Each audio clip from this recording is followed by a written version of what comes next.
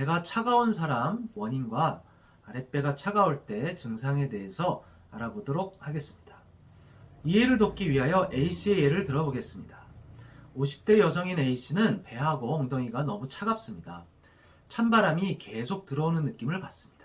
그래서 계속 찜질을 해야 하는데 찜질을 안 하면 힘듭니다. A씨는 2년 전에 매운 추운 지역에 살면서 증상이 심해졌습니다. 그리고 교통사고가 크게 여러 번 났는데 사고를 당하고 나서 확실히 몸이 더 안 좋아지고 또 몸이 시리고 더 아프게 되었습니다.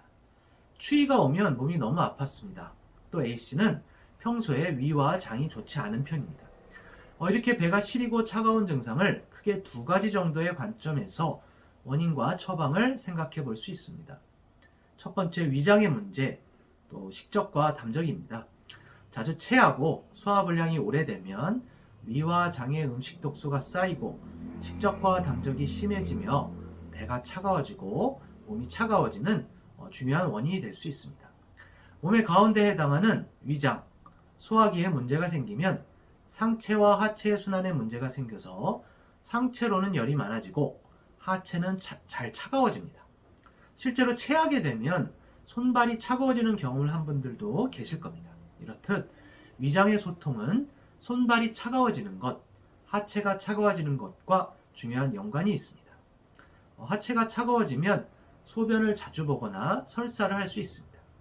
식적과 담적이 심해지면 다양한 전신 증상과 연관되는데 소화가 잘 안 되고 머리가 아프거나 어지럽고 속이 울렁거리기도 합니다.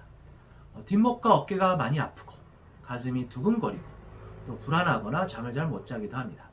이런 경우 담적을 다스리는 이진탕, 대장의 숙변과 독소를 다스리는 도인승기탕을 잘 사용하면 배가 차고 시린 증상과 앞에서 말한 담적의 증상들이 같이 도움이 되는 경우들이 있습니다.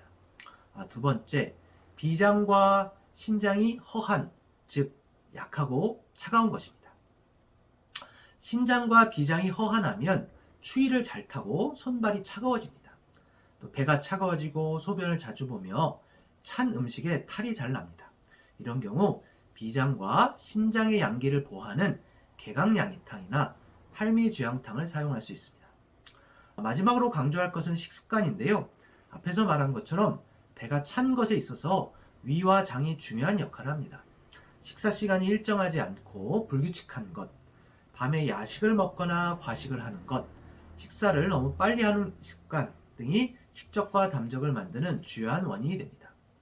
식습관을 정리해보면 첫째, 식사 시간을 일정하게 해서 규칙적으로 식사하기. 두 번째, 식사를 천천히 해서 한 끼당 20-30분 정도 천천히 먹기. 세 번째, 가급적 간식을 줄이고 특히 야식을 줄이기가 되겠습니다.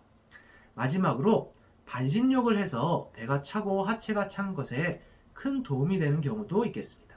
반신욕을 해서 큰 불편함이 없으시다면 꾸준히 반신욕을 하는 것도 좋은 방법이 될 수도 있겠습니다.